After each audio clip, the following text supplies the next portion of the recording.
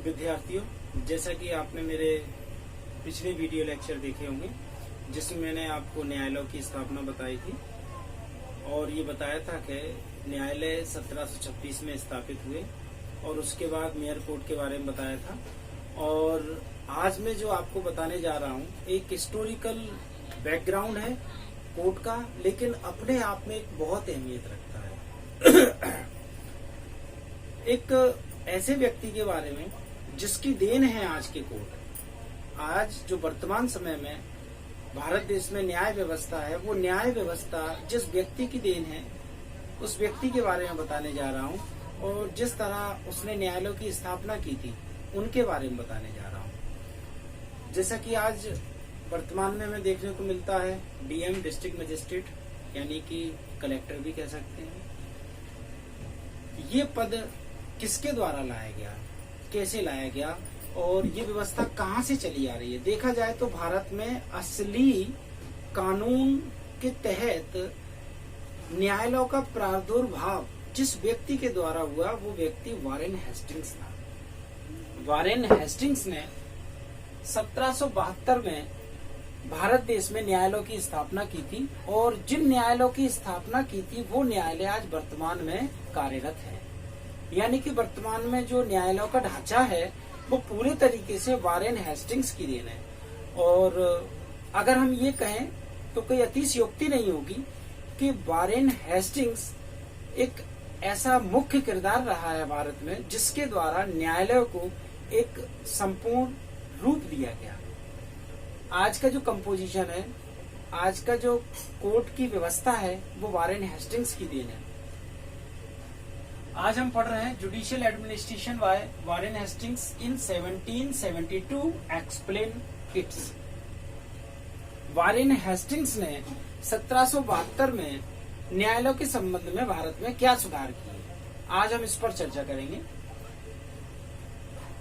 Introduction के बारे में मैं आपको बता चुका कि वारेन हेस्टिंग्स एक ऐसा व्यक्ति है जिसके द्वारा भारत में न्यायालयों की स्थापना सर्वप्रथम की गई और एक ऐसी न्याय व्यवस्था को रूपान्वित किया गया जो आज भी भारत में निरंतर रूप से कार्य कर रही है, सकारात्मक रूप से कार्य कर रही है, नियमित रूप से कार्य कर रही है।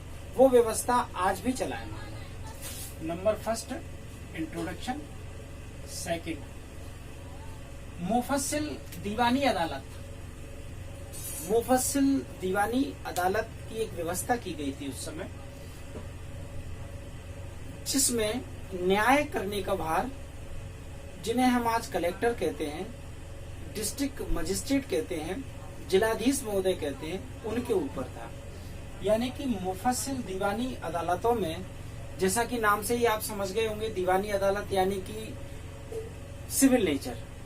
तो सिविल नेचर के जितने भी मामले हुआ करते थे वो सभी मामले इस अदालत में सुने जाते थे, और न्यायाधीश के रूप में सुनवाई कलेक्टर साहब करते थे। उस समय एक पद का निर्माण किया गया, कलेक्टर, वो यहाँ सुनवाई करते थे।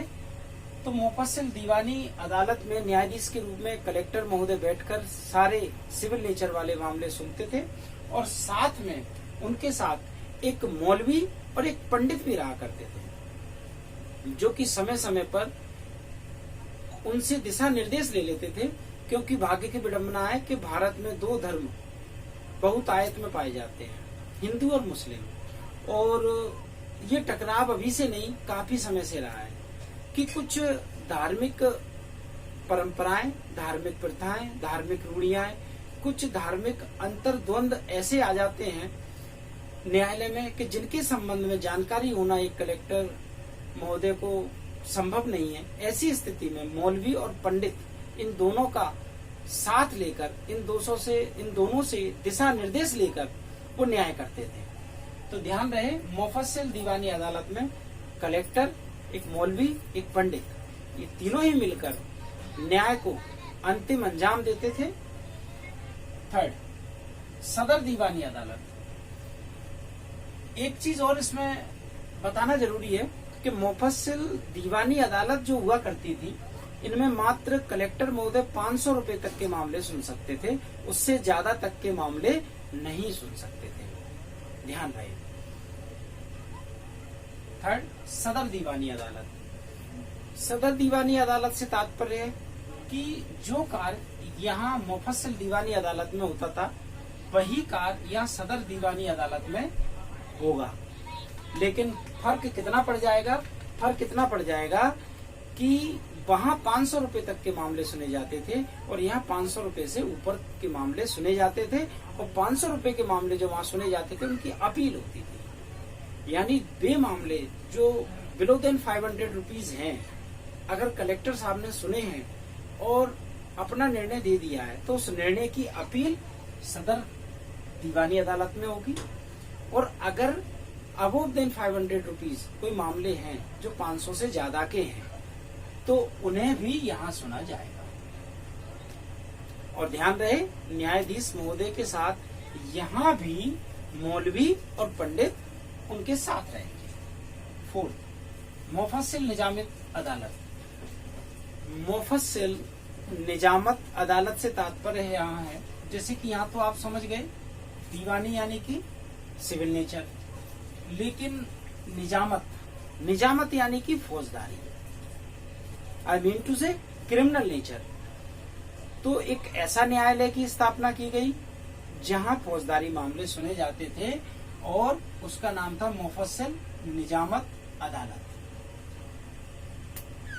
मुफस्सिल निजामत अदालत में काजी, मुफ्ती दोनों मिलकर ये मामला सुना करते थे और साथ में इन दोनों के ऊपर 2 मौलवी हुआ करते थे। पहले मामले को सुनने समझने का प्रयास काजी और मुफ्ती करेंगे जज साहब के साथ बैठकर, और अगर कोई बात ऐसी है धर्म से संबंधित जो कि काजी और मुफ्ती के समझ में नहीं आ रही तो उनके ऊपर 2 मौलवी और रहेंगे। वो उस मामले को उस धर्म के विषय पर चर्चा करेंगे और न्याय निर्णय में सहयोग प्रदान करेंगे।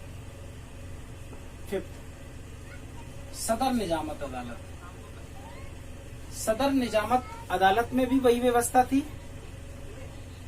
जज साहब निर्णय देंगे, एक काजी होंगे, एक मुफ्ती होंगे, और जैसे कि पीछे मुफस्सिल निजामत अदालत में 2 मौलवी हुआ करते थे, यहाँ 3 मौलवी होंगे, केवल एक मौलवी यहाँ बढ़ जाएगा।